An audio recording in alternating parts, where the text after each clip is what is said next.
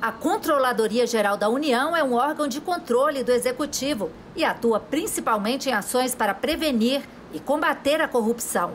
O ministro Wagner Rosário foi convocado para falar à CPI sobre denúncias de desvios de recursos enviados a estados e municípios para combater a pandemia. O requerimento do senador Eduardo Girão foi aprovado há mais de 3 meses, mas o depoimento só foi marcado depois que a CPI teve informações de uma possível omissão do órgão diante de irregularidades no Ministério da Saúde. Em depoimento à comissão, Marconi Albernaz de Faria, apontado como lobista da Precisa Medicamentos, disse que a CGU cumpriu o mandado de busca e apreensão na casa dele em outubro do ano passado. Wagner Rosário começou o depoimento lembrando as palavras do presidente da CPI, Omar Aziz, que o acusou de prevaricação. A CGU do Wagner Rosário participou dessa coisa. Teve acesso a tudo isso e a todas essas informações. Então, o Wagner Rosário é um prevaricador. Tem que vir aqui mesmo.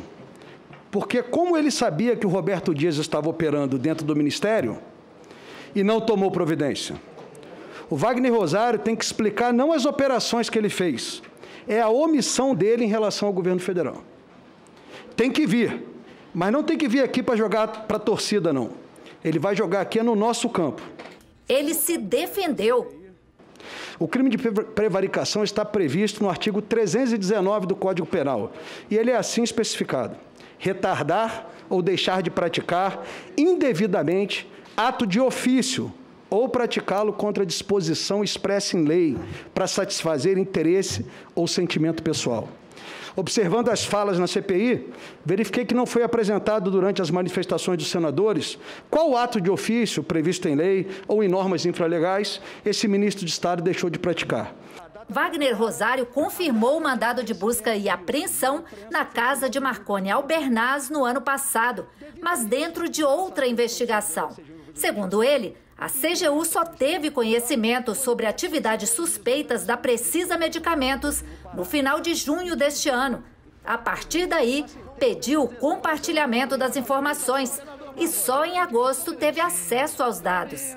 Na decisão datada de 8 de julho de 2021, o juiz também autorizou o compartilhamento dessas informações, mais especificamente aquelas relativas a Marconi Nunes Ribeiro Albernaz de Faria, com a própria CGU para fins de utilização em procedimentos administrativos. O ministro negou prevaricação. Não existe prevaricação, nem minha, nem de nenhum servidor da CGU. Tomamos todas as medidas possíveis, investigamos todos, independentemente de quem quer que seja. Senadores questionaram por que a CGU não tomou medidas para impedir a negociação com a Precisa, mesmo sabendo dos indícios de irregularidades. Por que não condenou de pronto a Precisa, em função da irregularidade constatada? Ninguém pode ser condenado de pronto no direito brasileiro, senador, porque nós temos uma coisa chamada devido processo legal. Eu queria saber, senador, o que efetivamente a CGU fez para apurar essas irregularidades, já que trata-se, em tese, de um crime de ação penal pública incondicionada. Abrimos investigação no mesmo dia? Sumário. Não, já estávamos com ela aberta. Mas o contrato foi assinado, empenhado, e esse dinheiro empenhado impediu a utilização para outra finalidade. Não impediu a utilização para outra finalidade. Impede. Impede. Eu estou falando para o senhor que não impediu, porque não impediu. O ministro Wagner Rosário disse que não houve superfaturamento no contrato com a Precisa Medicamentos. Superfaturamento ocorre após o pagamento.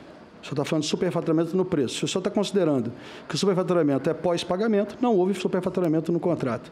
Em relação a um possível sobrepreço na contratação, que seria uma outra situação, nós também não identificamos, porque fizemos contato com a própria empresa, a Bharat Biotech na Índia, fizemos verificações no site da própria empresa. Teria sido melhor que a CGU se abstivesse de opinar. O parâmetro que ela utilizou foi o site da Precisa. O senador Eduardo Girão focou nas investigações sobre verbas federais repassadas a estados e municípios para o combate à Covid-19. Segundo o ministro, foram repassados em torno de 120 bilhões de reais. Nessas investigações, o senhor pode nos dizer se houve comprovadamente malversação de recurso público federal repassado para estados e municípios no contexto da pandemia? Sim, houve prejuízos ao erário, né? Houve malversação de recursos públicos. O valor total investigado em todas as 71 operações que nós fizemos, ele somou 4,2 bilhões de reais, o valor verificado. Perguntado sobre supostas irregularidades cometidas pelo consórcio Norte e Nordeste na compra de ventiladores pulmonares, o ministro alegou segredo de justiça e não respondeu. Senador, nós levantamos muitas informações, todas estão dentro do processo e, infelizmente, todas estão em segredo de justiça.